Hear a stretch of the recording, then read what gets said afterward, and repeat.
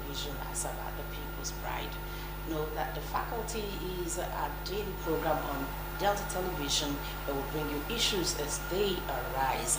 And this afternoon we have an interesting topic, especially as we have a new chairman for the Independent National Electoral Commission in the person of Professor Joash Amopitan. It's a good thing for Nigeria and a good thing for all good people, and especially the political class.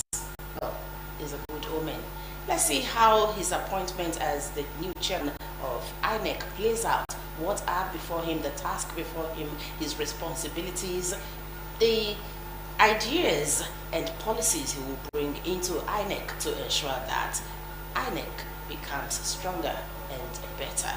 This afternoon, to talk to us and discuss the topic on Professor Joash Amopitan, leadership and the task ahead of him, I have two great gentlemen. From my far left is Nelson Egwari, PhD.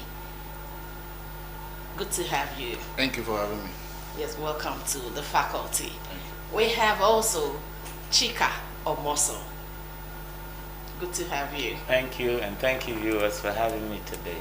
All right, we'll lay the foundation from the retirement of the ex-while chairman of INEC, Mahmood Yakubu, to where we are now. Let's see, how would you describe that journey from Mahmood Yakubu to where we are today?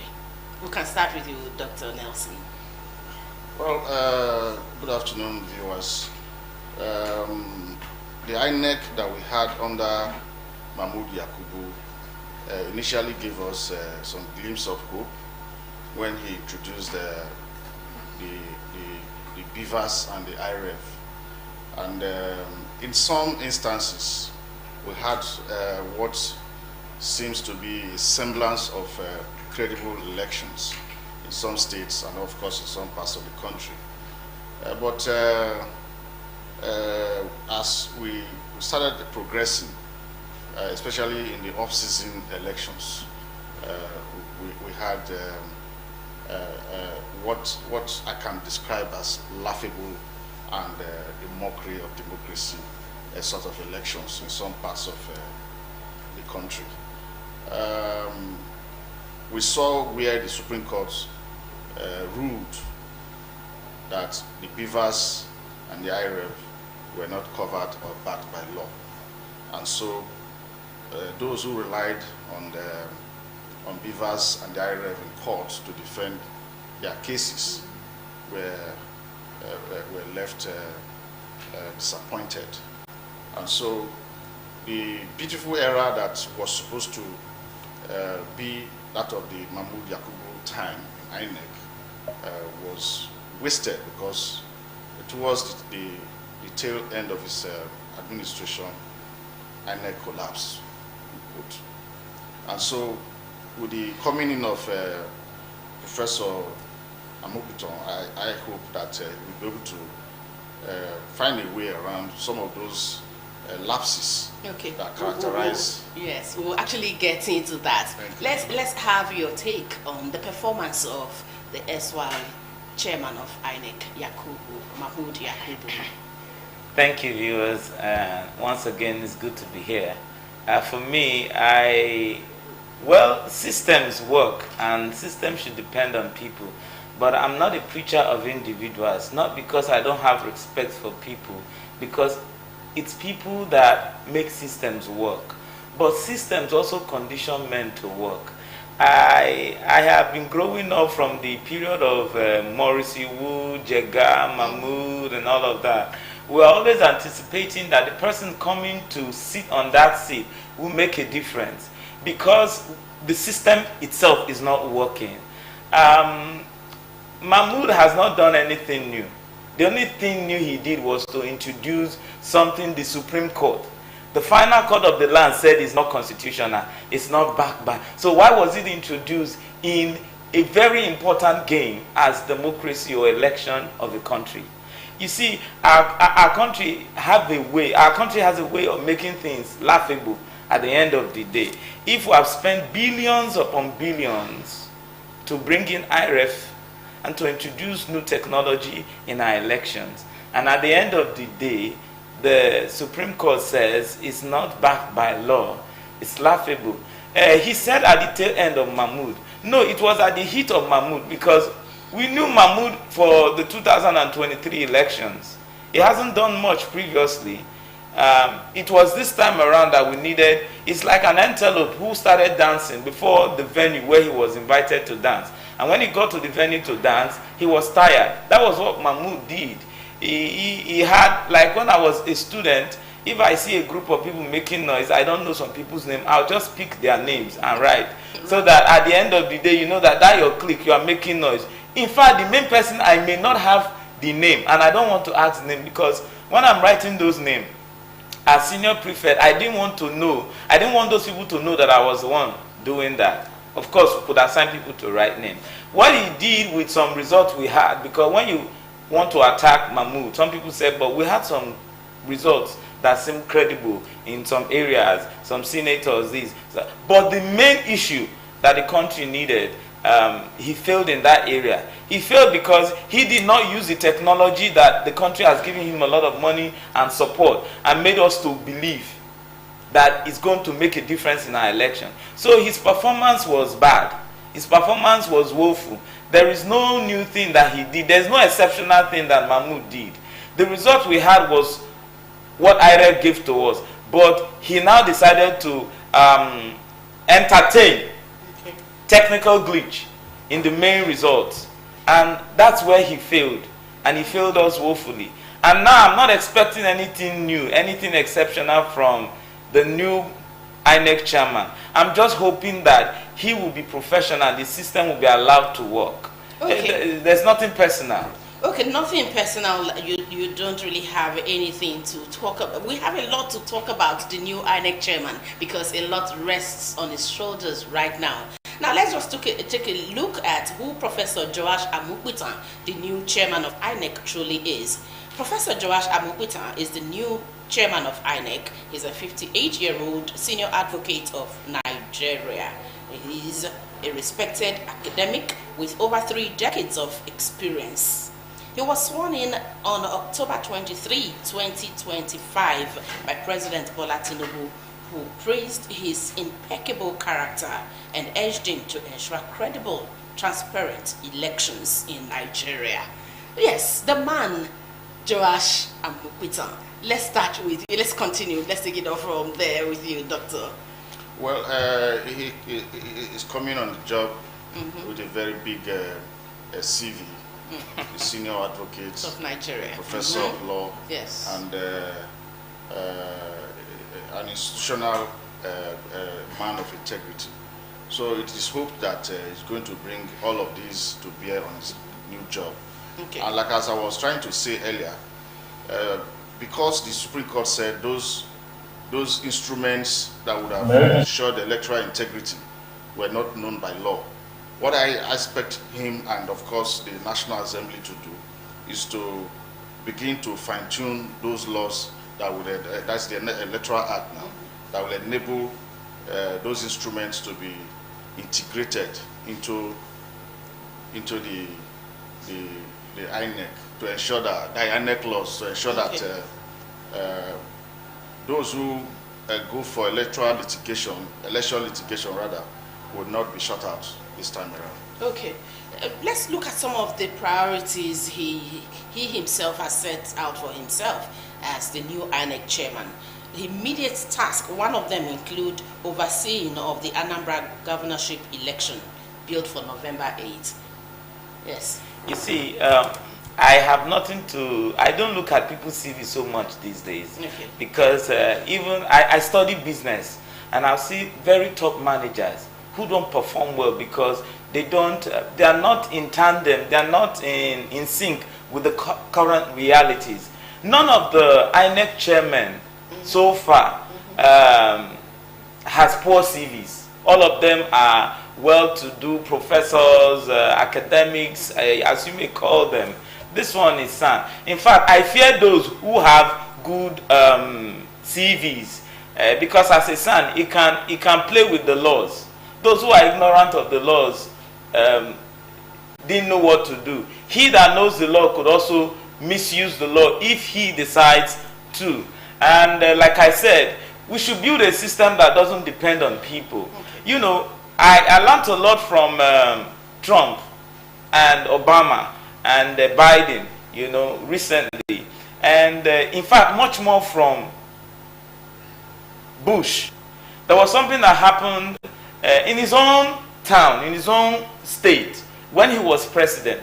But he could not deploy federal people to that state because he needed the permission of the governor of the state for the federal government to bring in help, to help people who are undergoing natural disaster. This is natural disaster, yes, not man-made. Yes, and that's all of that. Climb, you right? know, We're so, talking about Nigeria. So what I'm saying that to say that he couldn't do it because there are certain things that the law doesn't permit.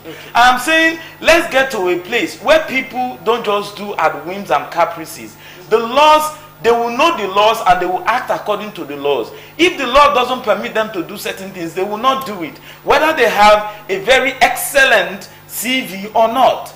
Because until a country, until a government gets to a place where they are scared and afraid to do certain things, carry out certain actions, until certain institutions they depend on the power of the people to exercise some rights or some authorities, things will go wrong. So that this INEC chairman, he knows that there are institutional demands on him. I mean, there are certain things that he's supposed to do as INEC chairman. Not because he's good or bad. Not because he has a good CV or a bad CV. That's the point I'm trying to make. So that we are expecting him to just be professional, to be accountable. Let democracy and the rule of law take place. Using the law we have, we don't have a problem with our laws. It is the implementation.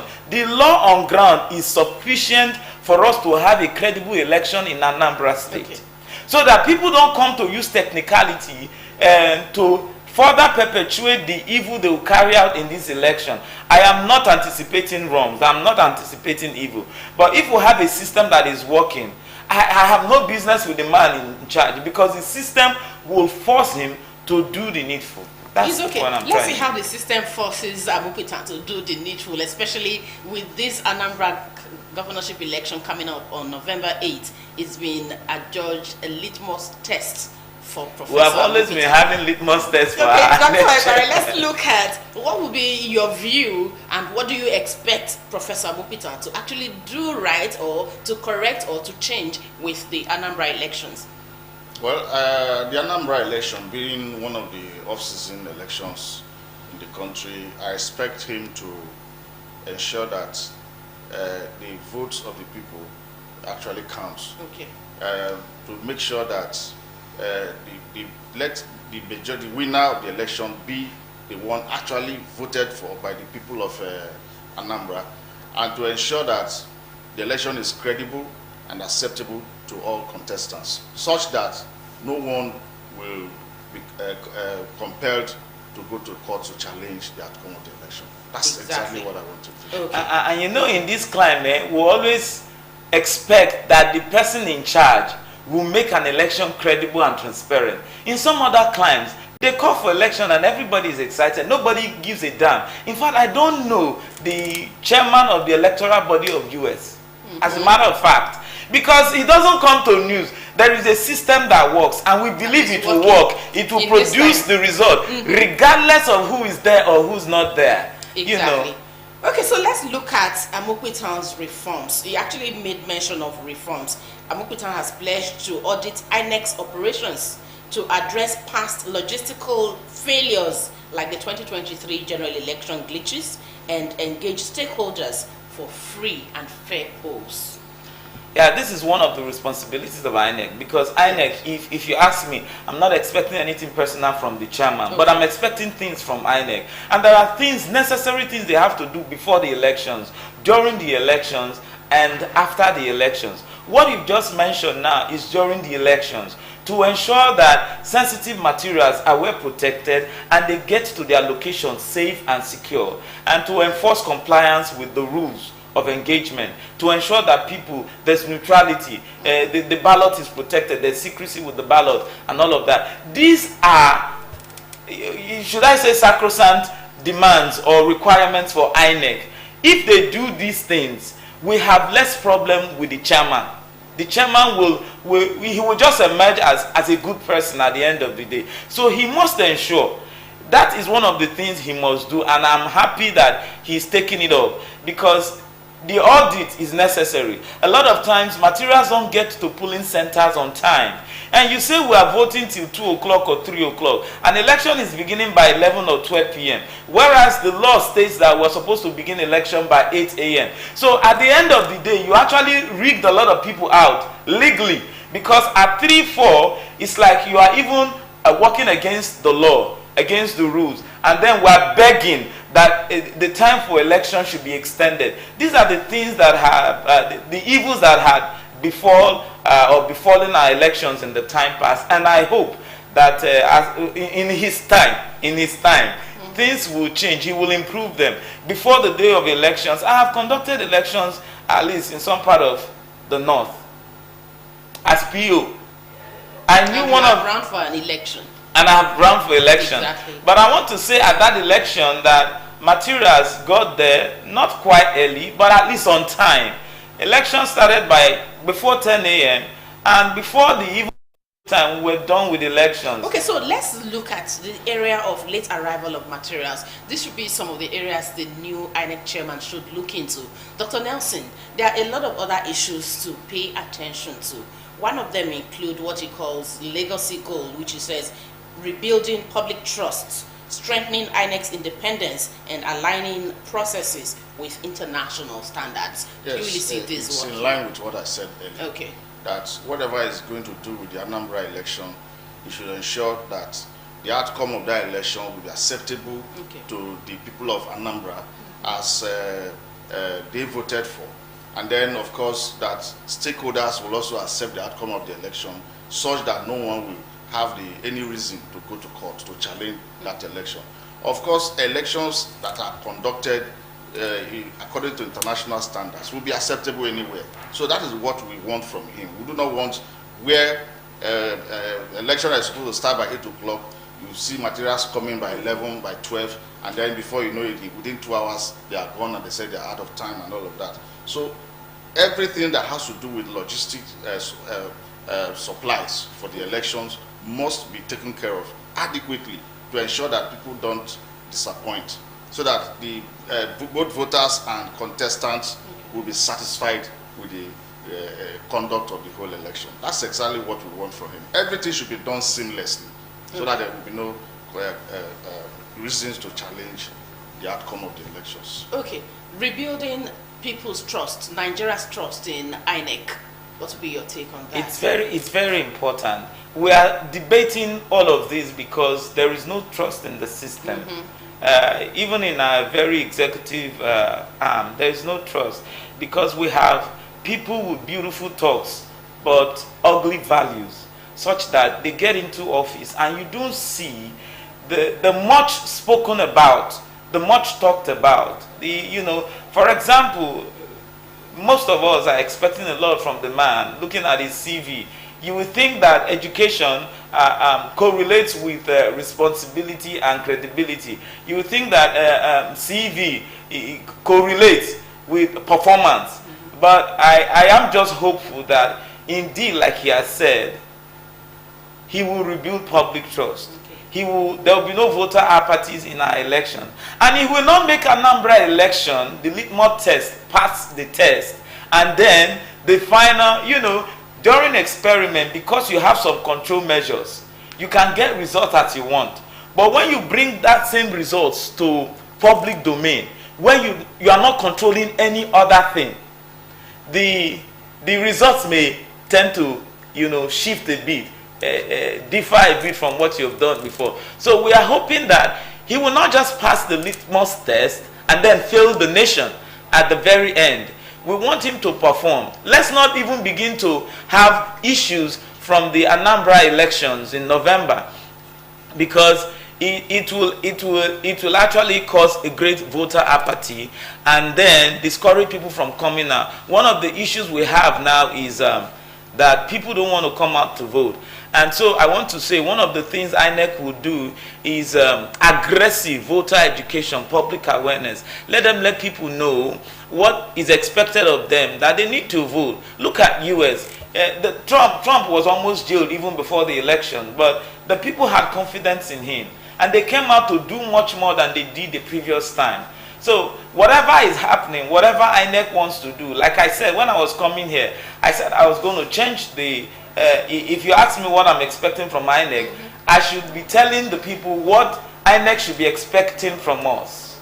Yeah, so we shouldn't be expecting much from them, but we should be a people they should be expecting a lot from, because they've downtrodden our choices in the past in many ways. We're not just talking about Obi and Tinubu for those of us who may be biased, but I'm saying a lot of times, even though we're not the umpire, we have seen, like in a football match, you see some things, even if referee chooses not to call the foul, you know that this was supposed to be a foul. And sometimes when the referee gives a foul, you know that this would have been let go if there was a ham. You know what I'm saying? We can prejudge, we can make judgment, but we're not there to do the judgment. So INEC should be expecting things from us that we could make a difference, we could make a change. We'll come out en masse and vote. Anytime the election starts, we'll be there to vote and defend our vote. That is what is expected of us. In fact, let's shock the world with our turnout in our elections now, because the more we stay back, the more they take advantage, the more they can utilize some of these their technicalities to say, oh, people didn't come out. For example, in my last election, I had no reason to charge anybody to court because the people were the greatest figure of the election. They didn't show up. So on what basis would I say that I won the election? Those people, I could also say they didn't win the election. But I sat down to think of it. Should the state government now go back to call for local government elections again because the people didn't take it seriously and they didn't come out to vote? The answer is no. So whoever they now decide should be the chairman or councillor should go, because the people don't know their rights and they are not exercising it if they know. So the issue with us again is that we must realize who we are and that the state of affairs is in the hands of the citizens. And you are a citizen. You are a bona fide citizen of Nigeria. Don't be discouraged. It's time for us to wake up and do something. And it's time for us to even let the government know that gone are the days when the court would decide our elections. And the results will be called at the polling units. We will know the results and we follow it up and, ensure that the right things are done. See, when a government realizes that the people are up, we are going to be moving up well. Ensure that the right things are done. We'll come back to that. But let's quickly look at one of the areas of focus he mentioned in his acceptance speech. Doctor, he actually talked about stakeholders' engagement, that he will brief political parties, observers, and media early to manage expectations and curb misinformation. This is one very key aspect of elections. Yes, like I said earlier, election management is not just INEC alone. Responsibility. We have stakeholders, yes, like you rightly mentioned, the civil society, the observers, and of course the political parties. Now, it behoves on all of these participants, these stakeholders, to ensure that the election is free and fair and without any encumbrances. Now, the only area that I expect him to work further is to ensure that the issues of the legal issues concerning political parties are sorted out as soon as possible, especially when it gets to do with the opposition parties. In the ruling party has gotten it right, but the opposition parties are not having it funny at all. So INEC should ensure that, yes, it is their responsibility to sort themselves out, but INEC should encourage them to do the right thing so that before the 2027 elections, all of these issues have been sorted out so that we can have a free and fair contest between the ruling party and the opposition parties. It is very important to brief all stakeholders so that everybody can be carried along and be on the same page. So I agree with him that it's something that he should do and should be doing often. Okay, another area, systemic reforms. technology overhaul, audit and upgrade of IREV/BVAS, fix glitches, ensure real-time uploads, and test systems pre-election to avoid 2023-like delays. This is a very serious one because this was one of the major obstacles we had with the 2023 general elections. Now he has spoken to this to address these issues. He pointed it out. Yes. And I'm sure Mahmoud did a lot of simulations, a lot of pre-testing. But something, so, you know, there was a time we had on this studio contemplating whether Mr. President was right to say he has stamped out corruption from the nation. I remember that. You know, the reason why I stood my ground that he lied is because I have studied that there is no way you can stamp out corruption from a nation. You can only reduce it because corruption makes government to work. That's on one side. Now, he can't fix glitches because the glitches has not come yet. It's grammar. Our own is that make sure these glitches. Make sure that those Mahmoud were there in 2023. Mahmoud didn't meet glitches, and when he was doing the litmus test, there was no glitch mentioned that we are expecting something like this to happen in the general election. Therefore, we want to put this in check. All the things they put in check, it failed on the day we expected results to come. Yes. So what I'm saying is, let it not. I'm just saying that he already knows that this was what happened. Yes, I'm saying that to say that let this not end in grammar. Let it be that at the end of the day, you know, see, let's have. I love what he said at his inauguration. He talks about this legacy mentality. Nigerians should be coming up to leave legacy. Do this election and let people, let posterity judge you at the end of the day. For example, we were just talking about these stakeholder things. Why should a political party be registered? And an individual will take the political party to court, and court will say the political party is not duly registered. When you have an INEC who should check and verify and ensure that political parties meet the requirements of law that establish them, because INEC is the umpire here. Therefore, no court should be able to nullify a political party that has been registered by INEC, because INEC would have ensured. It's like if I enter a university and somebody else brings an evidence against me that I forged my result, but the school is supposed to verify whether I forged a result or not. That's her duty. If she fails in that duty, then the school is not doing her job properly. What I'm saying in essence is that one of the things INEC is supposed to do before election is that they will register political parties. And to register political parties or individuals, you must verify. You must ask them for the requirement. There is no, but thank God is a learned fellow. He's a son, a senior advocate of Nigeria. There is no bending the rules. If the requirement says you must bring A, B, C, and D, you must bring A, B, C, and D. Not A, B, C, or D. Because at the end of the day, somebody will take advantage of that and sue a party or an individual and say they are not qualified and all of that. There are funny things that are happening in our nation, but thank God, we have a learned fellow. Okay. Like we never had a professor and a son before who is INEC chairman. No. So we are expecting a lot from him.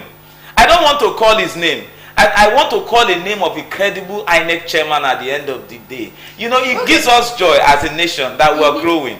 Okay, Doctor, let's see what the new INEC chairman needs to know or to do to ensure that the IREVs, the BVAS work perfectly. Well, there are lots of technical endowments that he needs to do to ensure that some of these glitches doesn't occur anymore. And it also has to do with those working there.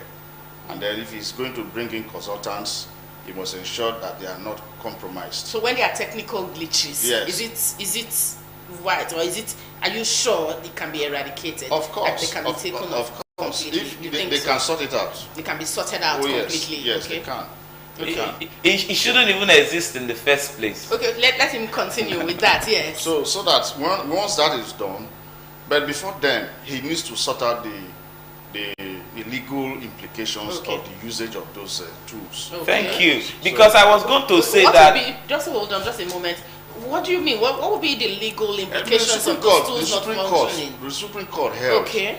that the use of beavers Was and optional. Were optional. It was not Okay. compulsory. It's not legally backed up.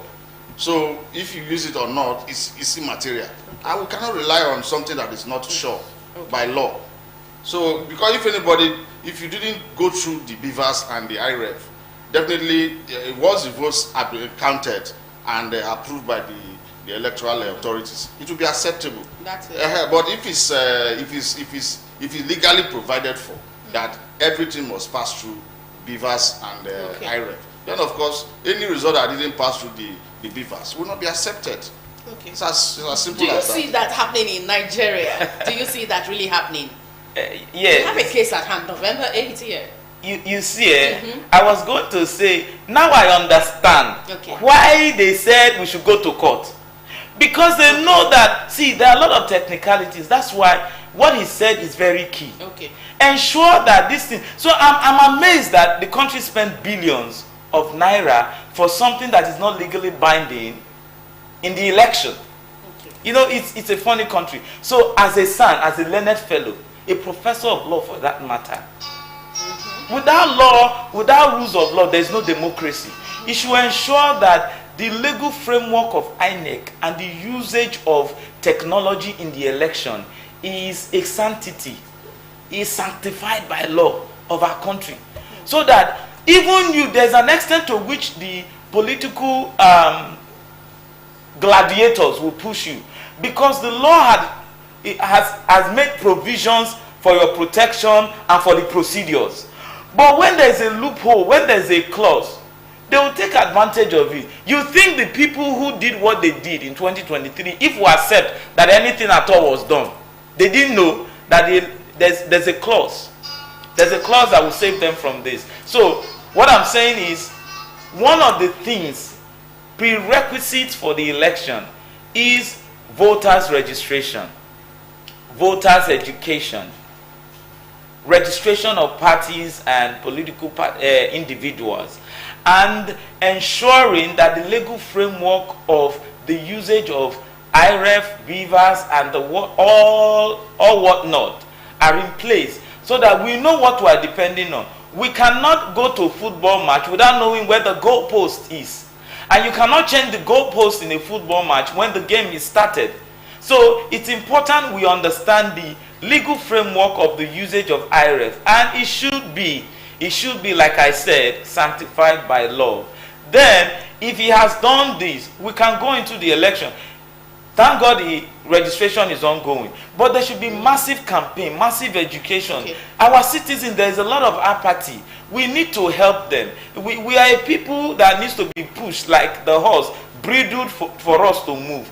Let them move the nation forward by education, awareness, doing their legal work, and ensuring that this legacy he mentioned in his speech, it outlives him as INEC chairman. Okay, so let's move into voter registration or voter register cleanup, purging inaccuracies, removing duplicates, deceased voters, and update displaced persons. This is one area that is very key in past elections. Voter registration, voter continuous registration we've had issues with that. Let's look at what the new INEC chairman can actually do to correct these exigencies. These issues are what the beavers tried to resolve. The bimodal voter identification system. Now, if you look at the Delta South senatorial election, if you check the local governments within Delta South, you see that prior to that election, some of these local governments used to produce votes well above, sometimes 100,000 voters. But check what they returned with the use of beavers. Some of them barely got 5,000. So for me, I believe in electoral integrity. The new INEC chairman should ensure that the beavers must work. And it must not just work. the IREV must also work so that the transmission can take place effectively, immediately, so that people can trust the process. the process. Okay. Chika Omoso. In addition, I want to say that although we are evolving, and so we must be contemplating actually ahead, Okay. not just to see a government that must move forward, a people that must move forward. We must not be reacting to issues. We have to go forward. You know, this is technology. It can fail anytime. We need to also grow up to a time where we can stagger our elections. It shouldn't be in one day. Because imagine that huge number of transmission in one day. Even if you have the best of system, there's every likelihood that something can happen. Okay. You know, so integrity is key. It's important. See, I just need him to be professional, very professional. That you are professional doesn't mean some things cannot go wrong. Ox will be God in being Yes, professional. be Okay. professional, be transparent. Okay. Do the things that you can do that is humanly possible. Everybody knows that this is what is supposed to be done and you did it. Be accountable. Let the rule of law, we are in a democracy, and then have integrity.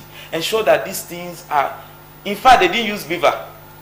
You know, that's why sometimes it's good to participate in things. In the last elections, I saw people just on printing. No, you wouldn't say they did not use beavers.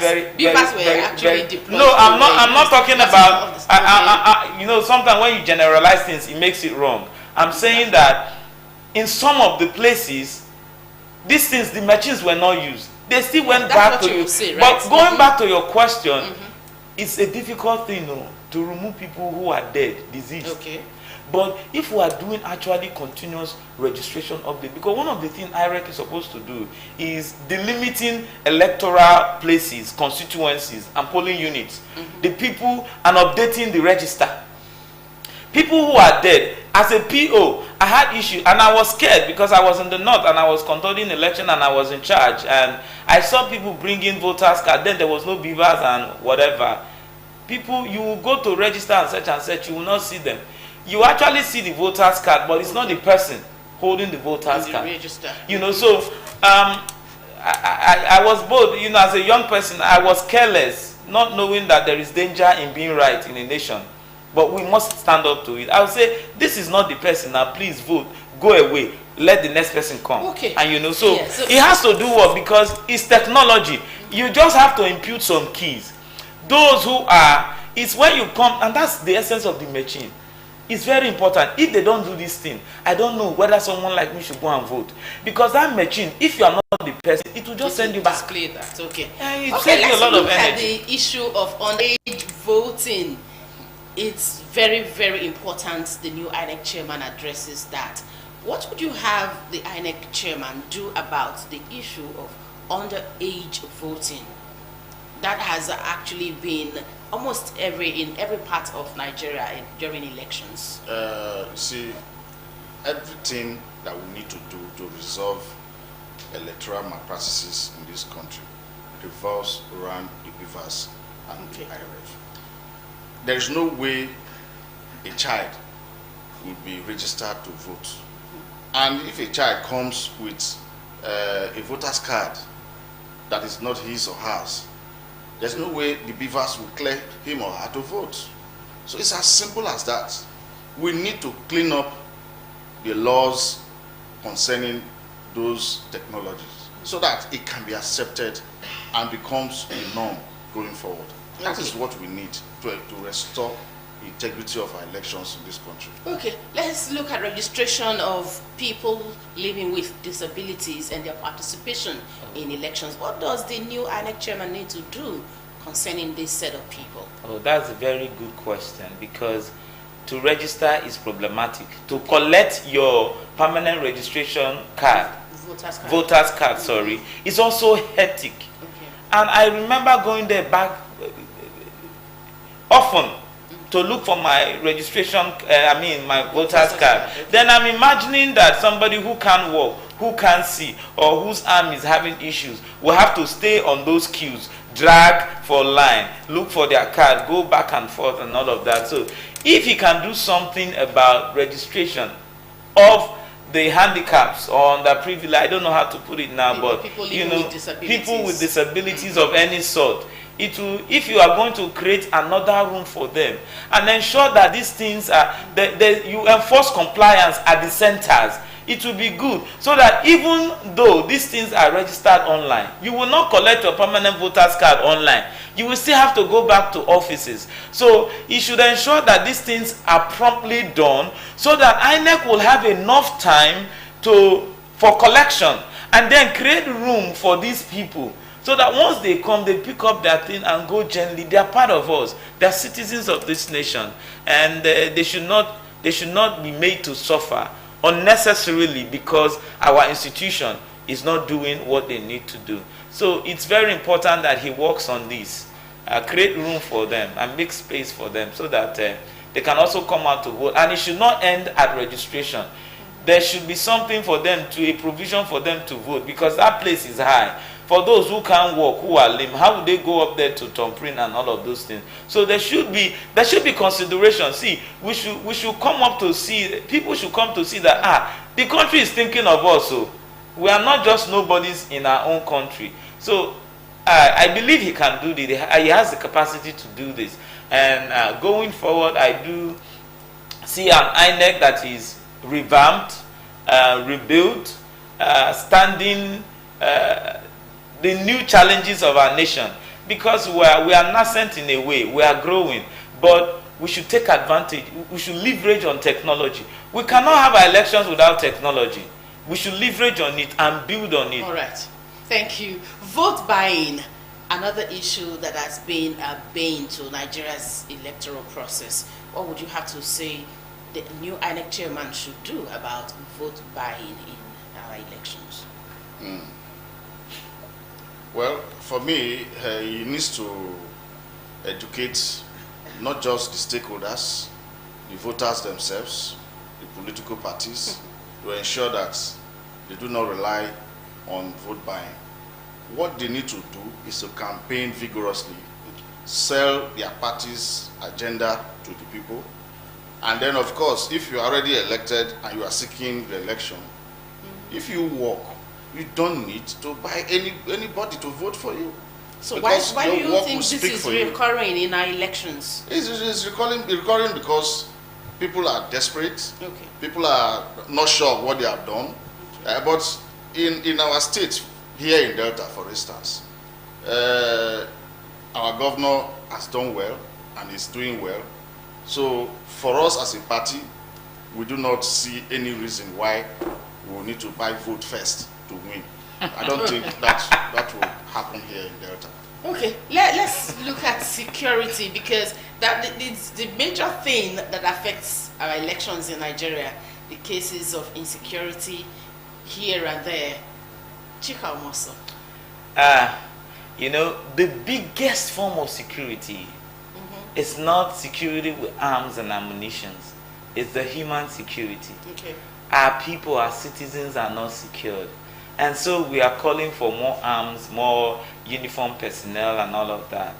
Okay. As though they are not partakers of the evil of the land. Okay. So vote buying, in fact, most times it's not even... Vote buying. Yeah, I understand. The issue of vote buying is because people are hungry. And the security men are also hungry. The people you are saying they are security men, they should come and protect us, they also buy them. That's why I mentioned vote buying. Okay. Because vote buying doesn't always end with the person voting. I'm just saying that our people are hungry. Our people are not very educated. Because there's a level of awareness you have. You know that this vote you are going to cast for this man because he gave you 5,000 or 50,000 or 100,000 or 1 million, depending on your level. It's for the next 4 years. And that money is not going to last you more than a month. But this person is going to rule you for the next 4 years. And it may be even more for the next 8 years. Children will be born. People will go to school. You will feed. Economy will change. And so there is no reason why you should not do your work, even for security men. Because, like I said, that's why I started by saying it's not the arms and ammunition that is going to protect our votes. It's the human security. Are we safe? Are we sure? Do we know who we are? So that we can walk to polling units and make our votes. And the security, because most times the security people don't intimidate you. They just fold their hands when you are intimidated. Because, again, they have been settled. So, for security to take place, we will not be able to prove you cannot prove when they don't do anything. Yes, we are not supposed to go to our election to get it right. INEC chairman will not do it. Okay. That's why I'm mentioning human security. If the citizens are secured, there is nothing INEC chairman has to do with security. He's not going to provide security, and it's executive that have called him to be INEC chairman that is going to provide security. It's all right, Chika. So thank you. Okay, thank you, Chika. Let's have your take on this as we wrap up. What should the new INEC chairman do as it concerns insecurity during elections in Nigeria? Well, the people themselves, like he rightly said, are the major source of security. The security men that comes to the election point, they don't usually carry guns. They're not armed. They just, because election is a civil duty. So they hardly, in fact, you don't see them with arms. It is only those that are providing security along the roads that you see with arms and all of that to ensure that nobody foments trouble. But at the polling units, you don't find any security man with guns at the polling units. So for me, the people should ensure that nobody causes any crisis within their polling unit, because the security men there will not be able to do anything, because first of all, they are not even armed in the first place. All right. A lot's been said, a lot needs to be done by the new chairman of the Independent National Electoral Commission, INEC, Professor Joash Amokwita. From one stage to the other, there are a lot of things that should be fixed in Nigeria, especially as it concerns the Anambra State governorship election billed for November 8th, that many have seen as a litmus test for the new INEC chairman. Then, of course, the reforms. Let's see how they play out, especially as we have a new head in INEC, and a lot that we'll be looking at from time to time to ensure that Nigerians do the right thing, as always. Now, Amokwita, it's over to you. New INEC chairman, what do Nigerians want to see? What Nigerians want to see should be what it should be. Thank you very much for joining us this afternoon, Nelson Egwari, PhD. Thank you very much for Thank you. Then, of course, our own Chika Omoso. Thank you very much, Ma. And thank you, viewers, for listening to us. Let's prepare for a comeback in 2027. We can do it. Don't get discouraged. Sure.